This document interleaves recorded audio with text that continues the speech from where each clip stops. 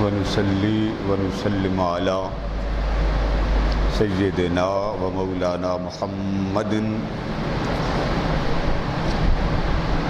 رسوله النبي الكريم. بسم الله الرحمن الرحيم.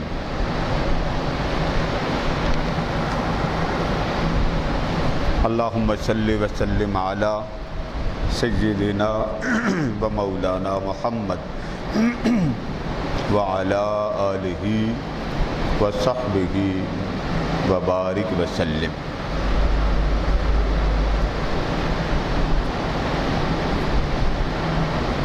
إن ربك يعلم أنك تقوم أدنى من ثلثي الليل ونصفه وثلثه وطائفة من الذين معك. صدق الله مولانا العظيم.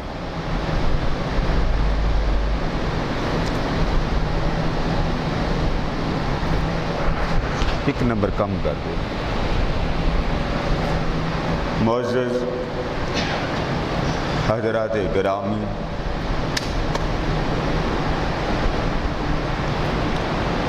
گزشتہ جمعۃ المبارک میں نماز تہجد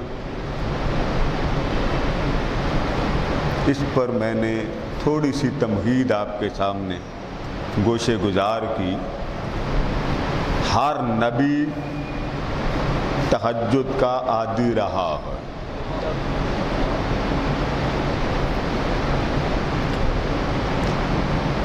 بہت سی غلط فہمیاں لوگوں نے تہجد کے بارے میں بنا رکھی ہیں. آج گزشتہ مضمون سے آگے سے میں آپ کے سامنے پیش کر رہا ہوں. تہجد وہ عبادت ہے جس طرح گاڑی کا انجن بڑے عرصے کے بعد کمزور پڑ جاتا ہے تو میکینک اس کو نکال کے الگ رکھتا ہے، پھر الگ رکھ کے سب سے الگ ہو کے اس پر توجہ دیتا. انجن کو الگ کر کے خود بھی الگ ہو کے اس انجن کو صاف کرتا ہے، سروس کرتا ہے، اس کو نیا بناتا. جتنی اس کی توجہ خالص ہوگی، صحیح ہوگی اور ہر جہت سے ہٹ کر ہوگی، وہ شے اتنی طاقتور ہوگی. آپ بھی کوئی شے لکھ رہے ہوں تو توجہ ہو تو مضمون بنتا جاتا ہے، توجہ نہ ہو تو مضمون نامکمل ہوتا. 24 گھنٹوں میں ایک لمحہ ایسا آتا ہے جب مولا انسان کے من کی مشین بنانے کے لیے زمین پہ آتا ہے کہ سارا دن میرے بندے نے میرے بنے ہوئے وجود کا استعمال کیا ہے، چلو اس کو تازہ کر دوں. جس طرح ہر ورک شاپ کا ایک ٹائم ٹیبل ہوتا ہے، آپ اس ٹائم میں جائیں تو دکاندار مل جائے گا، اس ٹائم کے علاوہ جائیں تو دکاندار نہیں ملتا. انجن بنانے کے لیے، من کا انجن بنانے کے لیے بھی اس نے آدھی رات کا ٹائم رکھا ہے. یعنی تب آنا جب صرف آنے والا ہو اور توجہ دینے والا ہو، کوئی اور نہ ہو. جیسے کہتے ہیں یک تو شدی یک من شدم نہ دیگرے. سونیا ایک تو ہو جا، ایک میں ہو جاؤں، بس پھر سارا جہاں اپنے کام میں مگن ہو اور بندہ سچا طالب عاشق مولا اس کے جلوے میں اس طرح فنا ہو جائے کہ کائنات کی اس کو خبر نہ ہو. اب ہم اس زمانے میں پیدا ہوئے، نہ رہے تہجد والے، کاروبار ہی نہیں جان چھوڑتے.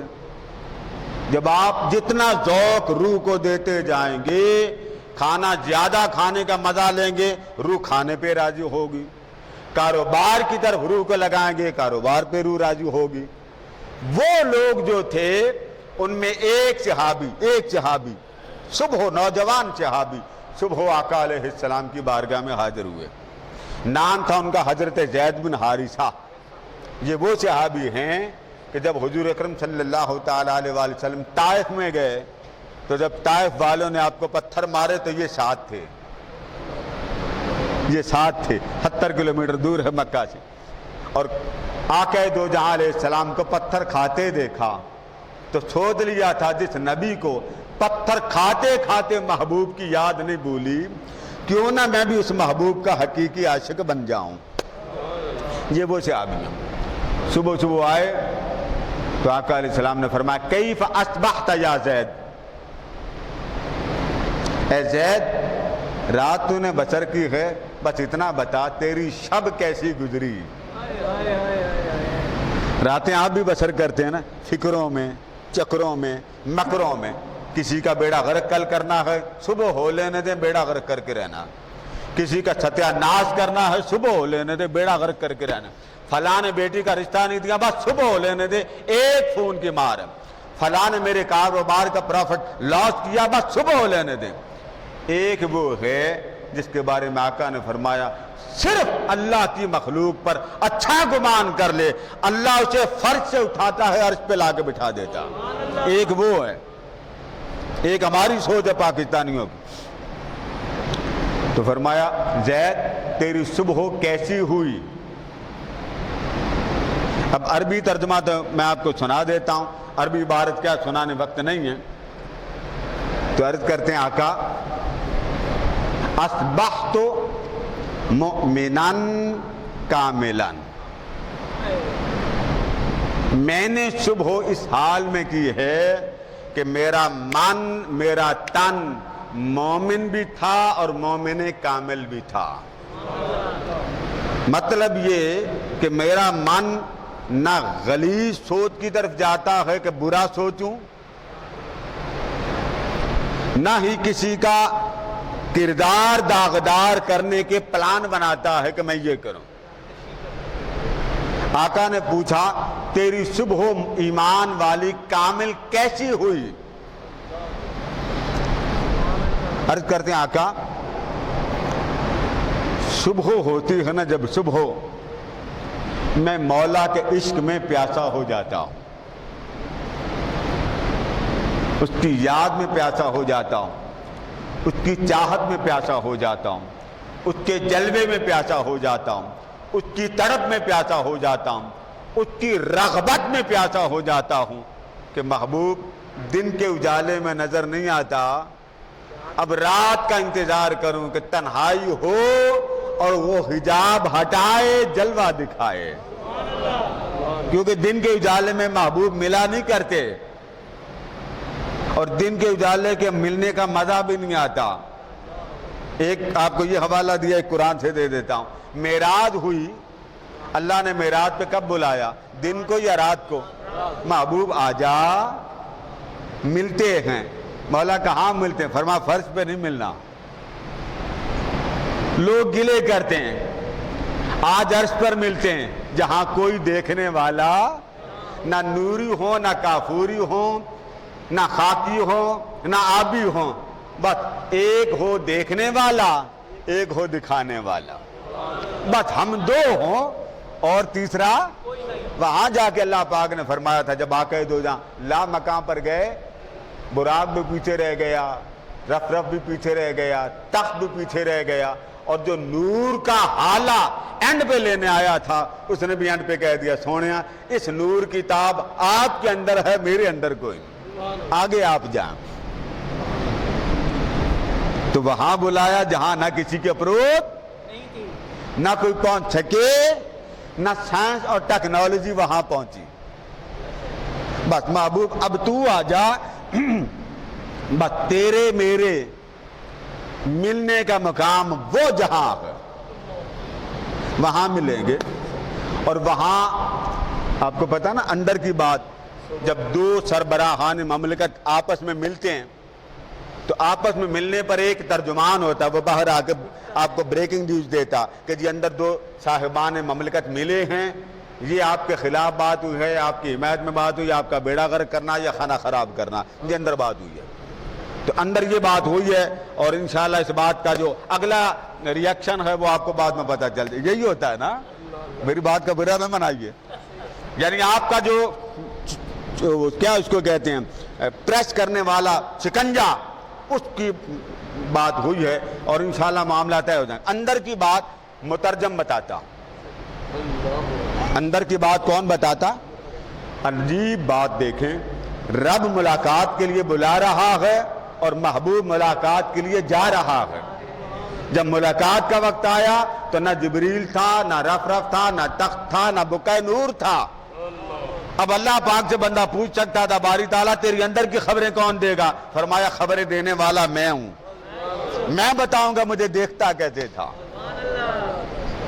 یہ جو اندر کی خبریں وہ میں دوں گا۔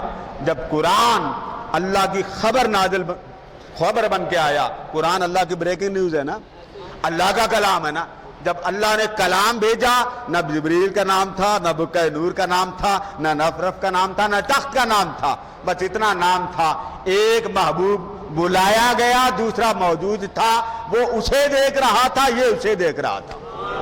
وَالنَّجْمِ إِذَا هَوَىٰ مَا ضَلَّ صَاحِبُكُمْ وَمَا غَوَىٰ وَمَا يَنطِقُ عَنِ الْهَوَىٰ إِنْ هُوَ إِلَّا وَحْيٌ يُوحَىٰ۔ بس ایک یہ تھا، بولتا یہ تھا، سنتا وہ تھا، پھر وہ بولتا تھا، سنتا یہ تھا، پھر یہ تکتا تھا، وہ جلوہ دکھا کے کہتا تھا سونیا بتا میں کیسا ہوں۔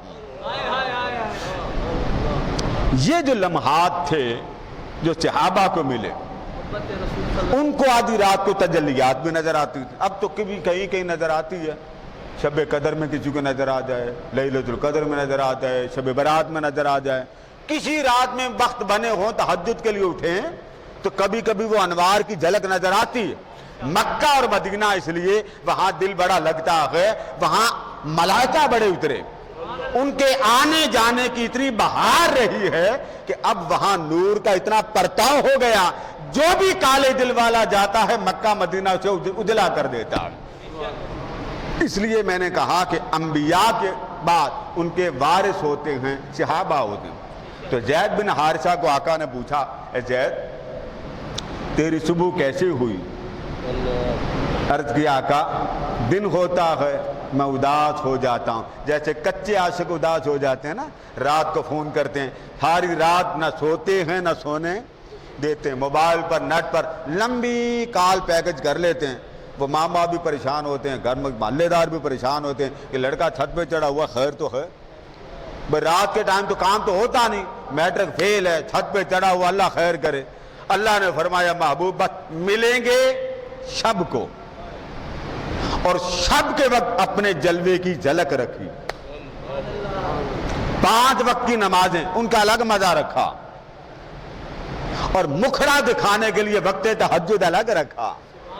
فرمایا تکنا ہو تو آدھی رات کو اٹھنا، جوان بن کے آنا، خوبصورت بن کے آنا، اپنے حسن و جمال کو تیار کر کے آنا، محبوب تجھے دیکھنا چاہتا۔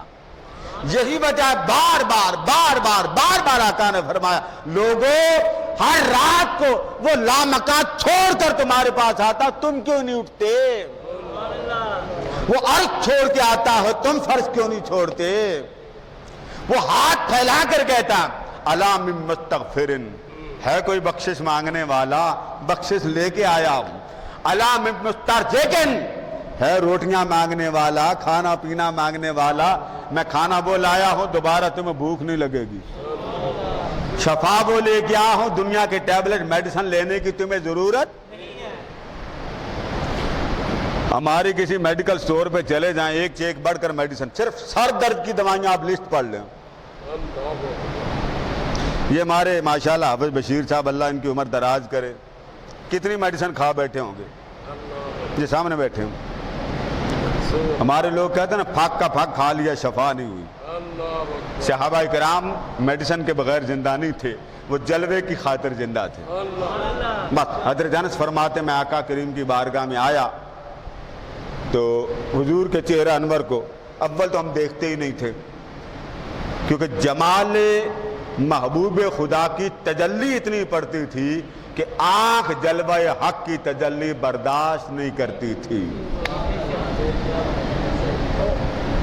ابھی تو ظاہری لبادہ ہے نا بشریت کا، جیسے بعض لوگ کہتے ہیں حضور ہم جیسے معاذ اللہ، یہ تو اس کو پوچھو نا، اس نے جب بنایا تھا اوپر بشریت کا پردہ چڑھا کے فرمایا سونے تینوں صرف میں جانا تے میں صرف تو جانے اور کوئی نہ جانے.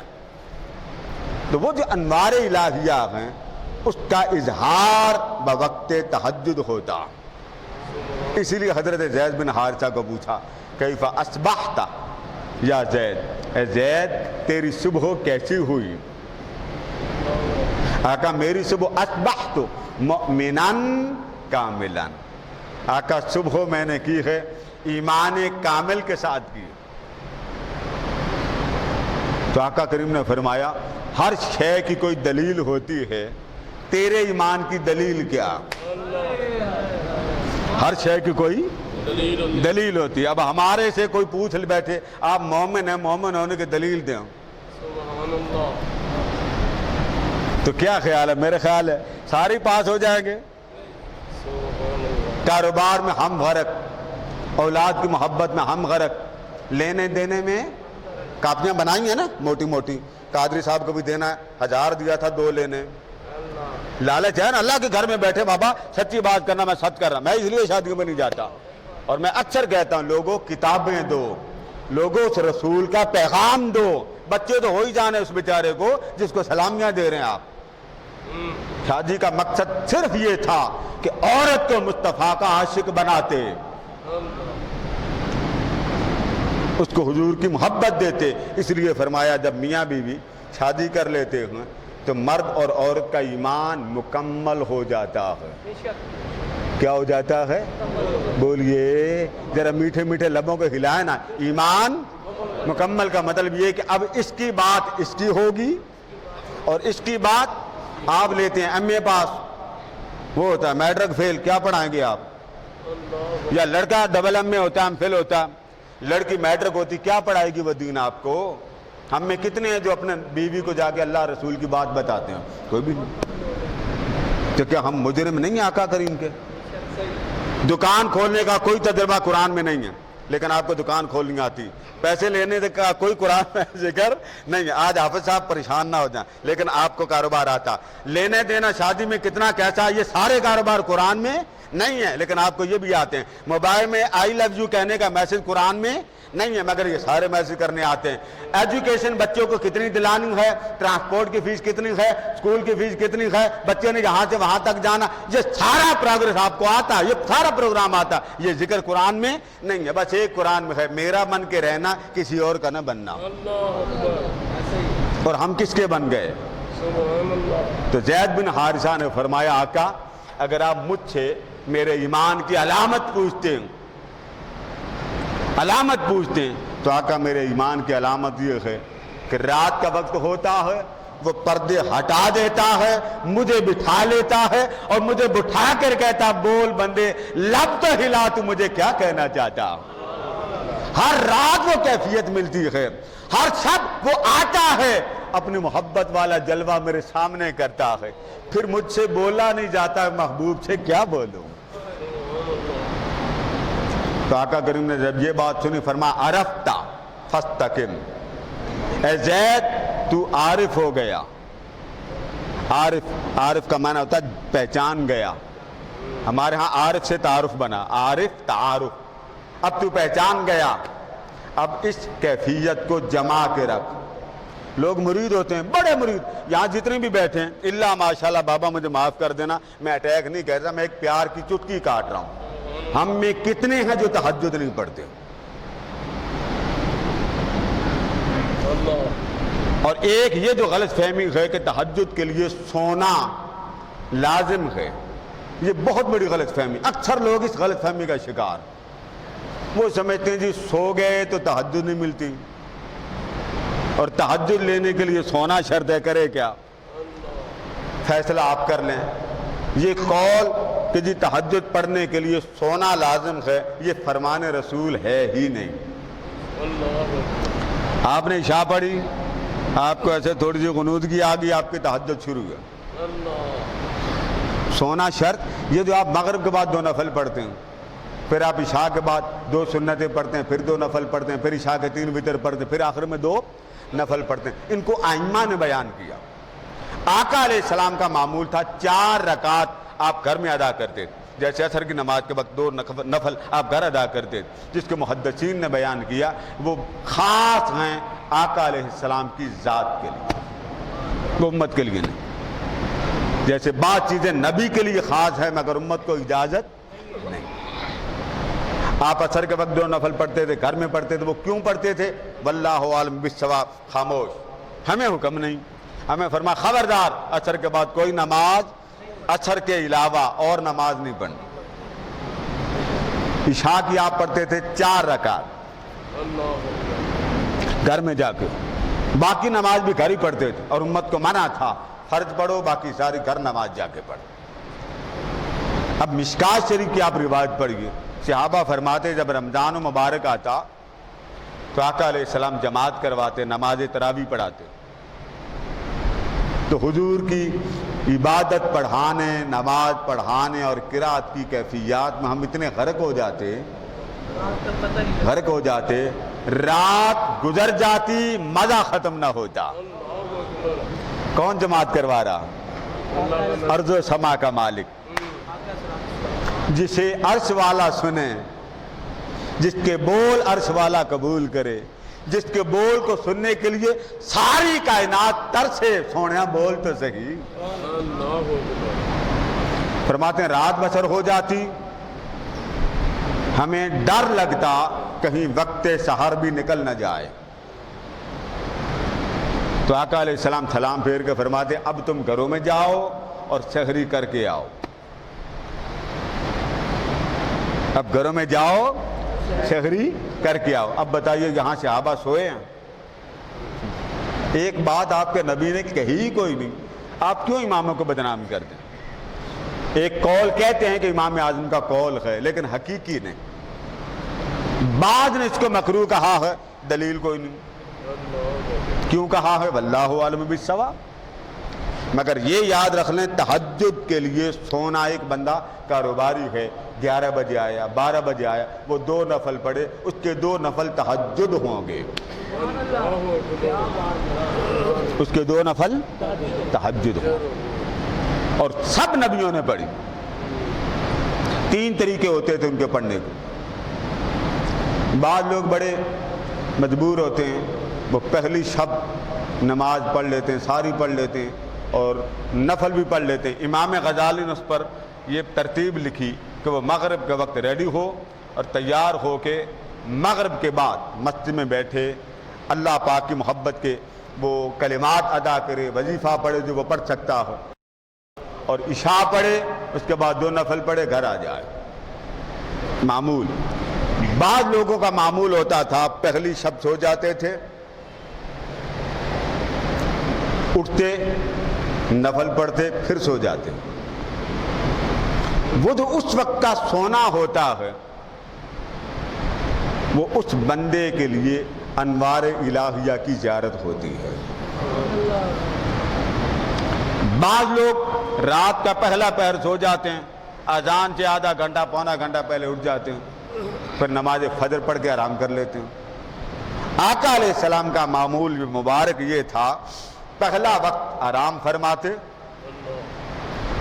اور پچھلا پہر اٹھتے، نوافل کم از کم آپ کی رکعت ہوتی تھی 2، اس کو ادا کرتے، زیادہ سے زیادہ رکعت آپ کی 13 ہیں، وطر آپ 7 پڑھتے تھے، رات کو آپ وطر نہیں پڑھتے تھے۔ صدیق اکبر رضی اللہ تعالیٰ عنہ بھی وطر 7 نہیں پڑھتے تھے، وہ بھی حضور علیہ السلام کے طریقے کے مطابق پڑھتے تھے، سو جاتے تھے، اور جیسے محبوب کرتے ویسے صدیق اکبر بھی کرتے تھے، اور آقا کریم نماز تہجد پڑھ کے سو جاتے۔ پھر فجر کے وقت حضرت بلال رضی اللہ تعالیٰ عنہ آپ کو جگانے آتے کہ سونیا فجر ہو گئی ہے، آپ اٹھ جائیں۔ اب تہجد اللہ کے انوار کا وقت ہوتا، اور یہ یاد رکھ لیں اللہ کسی کسی کو جگاتا ہے۔ کبھی کبھی آپ کہتے ہیں نا نیند نہیں آتی، کبھی نوٹ کیا آپ نے؟ بھائی نہیں آتی شکر کرو، رات کو ہی نہیں آتی نا، دن کو سب کو آتی ہے۔ کسی کسی کو اولیاء فرماتے نیند نہ آئے وہ خوش بخت ہے، محبوب سونے دے تو نیند آئے، وہ سونے نہیں دیتا، بندہ سمجھتا نہیں کہ مجھے اٹھا کون رہا، مولا روم رحمۃ اللہ تعالیٰ علیہ فرماتے ایک شخص تھا، اس کی 80 برس عمر تھی، وہ بڑی عبادت کرتا. ایک دن شیطان نے اسے کہا کہ اتنی عمر ہو گئی تیری عبادت کو، کبھی تجھے لبیک کی آواز آئی ہے؟ عمر گزار بیٹھا، اتنی عمر ہو گئی، کبھی اس نے تجھے کہا جی میرے بندے تو ذکر کرتا ہے، سر مارتا ہے، تلاوت کرتا، عبادت کرتا، عمر گزار دی مگر تجھے جواب کوئی نہ ملا، کیوں کرتا ہے عبادت؟ یہ واقعہ مجھے حضرت صاحب نے بھی سنایا تھا. تو رات اس نے سب کو چھوڑا، اس نے کہا ٹھیک ہے جواب ہی کوئی نہیں آنا، پھر مجھے کیا ضرورت پڑی سر پٹانے کی. رات کو سویا، خواب میں کوئی بزرگ ملے، حضرت خضر علیہ السلام ملے. انہوں نے مل کر فرمایا بندے اللہ نے مجھے بھیجا ہے کہ میرا بندہ مجھ سے ناراض ہو گیا، میرا بندہ مجھ سے ناراض ہوگا، اسے منا کے آؤ. میں تجھے منانے آیا، تو یہ بتا کہ تو کیوں ناراض ہوا؟ اس نے کہا باری تعالیٰ نے اتنی عمر ہو گئی، ایک بار بھی اللہ نے مجھے لبیک کا جواب ہی نہیں دیا. مدت ہو گئی، ذکر کرتا رہا ہوں، عبادت کرتا رہا ہوں، تلاوت کرتا رہا ہوں، مگر جواب کخ نہیں آیا، تو کیا پڑی ہے ذکر کرنے کی؟ خضر علیہ السلام نے فرمایا، اللہ نے فرمایا کہ یہ جو تو ذکر کرتا تھا نا، میرا نام لیتا تھا، یہی میرا جواب تھا. اللہ کا اسم گرامی، وَاذْكُرِ اسْمَ رَبِّكَ، اپنے رب کے نام کا ذکر کر. ایک ہے نام، اللہ کا نام الگ ہے، ایک ہے ذکر.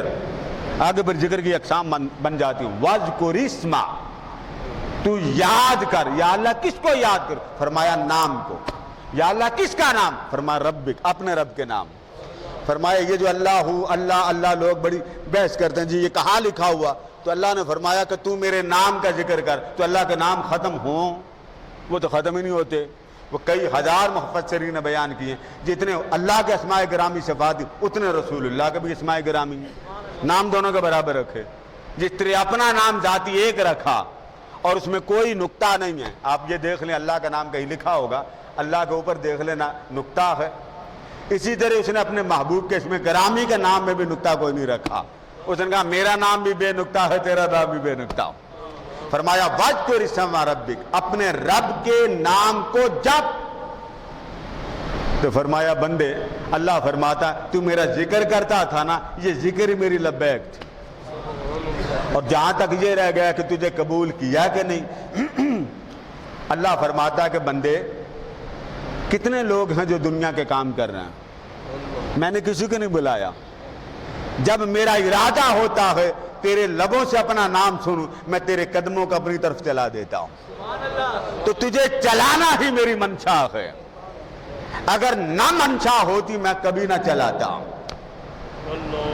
اس لیے حضرت زید بن حارثہ رضی اللہ تعالیٰ انہوں نے بیان کر دیا کہ رات کا وقت ہوتا ہے پردہ ہٹا لیتا. حضرت شیخ سعدی رحمۃ اللہ تعالیٰ علیہ فرماتے میں اپنے والد گرامی کے ساتھ سفر میں تھا، ایک مسجد میں چلے گئے، ہم سو گئے. آدھی رات کو ہم اٹھے، میں اور میرے والد صاحب. شیخ سعدی فرماتے کچھ لوگ اٹھے، باقی سب سوئے ہوئے تھے. میں نے بھی تہجد پڑھی، میرے والد گرامی نے بھی تہجد پڑھی. تو میں نے تہجد پڑھ کے کہا بابا جان ایک بات تو بتائیں. فرمایا بتاؤ. میں نے کہا دیکھیں کتنے غافل ہیں، یہ سو رہے ہیں. یہ کتنے غافل ہیں، یہ سو رہے ہیں. فرمایا بیٹے ایسے مت کہا کرو، ایسے مت کہا کرو. تجھے کیا خبر کہ ان کا سونا اللہ کو محبوب ہے یا تیرا جاگنا اللہ کو محبوب ہے. وہ دیدار کرانے پہ آ جائے تو کہتا سو جاؤ. لہذا حال ہوتے ہیں، کیفیات. بڑے لوگ، یہ میں آگے بھی ایک بار آپ کو سمجھایا تھا، اب بھی سمجھا رہا ہوں. اگر کہیں کوئی بندہ ایسے کر کے بیٹھا ہو نا مسجد میں یا مصلے پر، اسے چھیڑا نہ کرے. ہمارے نمازیوں کا بیماری ہاتھ دھکا دے کے سلام لیتے ہیں، یہ نہ کیا کریں. اس کو کہتے ہیں مراقبہ. کیا کہتے ہیں؟ یہ حال ہوتا ہے. ایسے کر کے نا اکثر آپ نے اولیاء کی تصویریں دیکھی ہے، سانس کے ساتھ ذکر کرتے ہیں اللہ ہو اللہ ہو. یہ مراقبہ کہاں سے نکلا؟ آقا کے صحابہ سے. جب آقا کا وصال ہوا تو سمجھ نہیں آ رہی تھی حضور علیہ السلام کو غسل دیں کیسے دیں، جس میں اطہر سامنے اللہ نے سب پر نیند طاری کر دی۔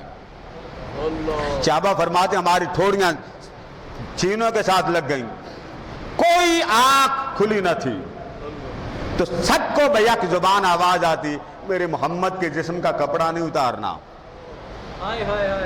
میرے محبوب کے جسم کا کپڑا نہیں اتارنا، ایسے ہی غسل دینا۔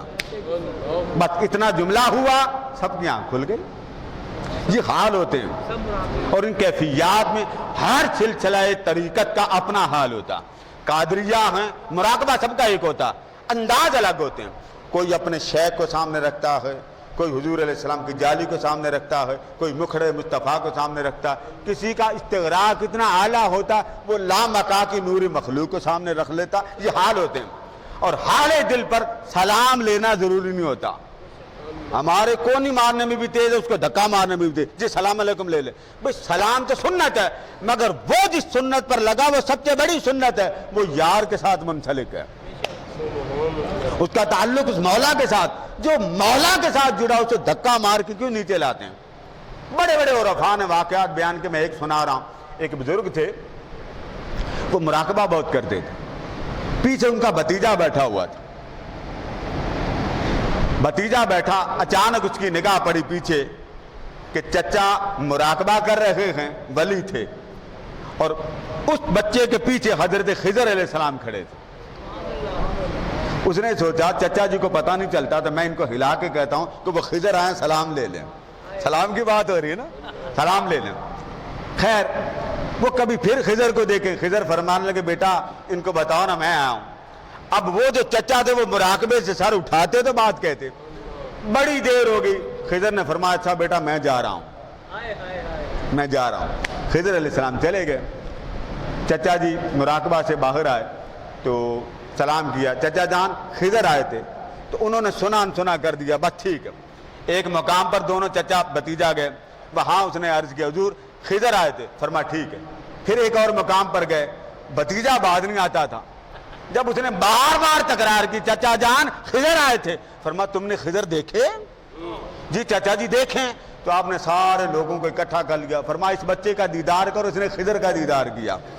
اس بھتیجے کو تو لینے کے دینے پڑ گئے، اس نے کہا چچا مجھے کریں معاف، میں نے تو آپ کو اس لیے بتایا آپ میری بات نہیں سن رہے۔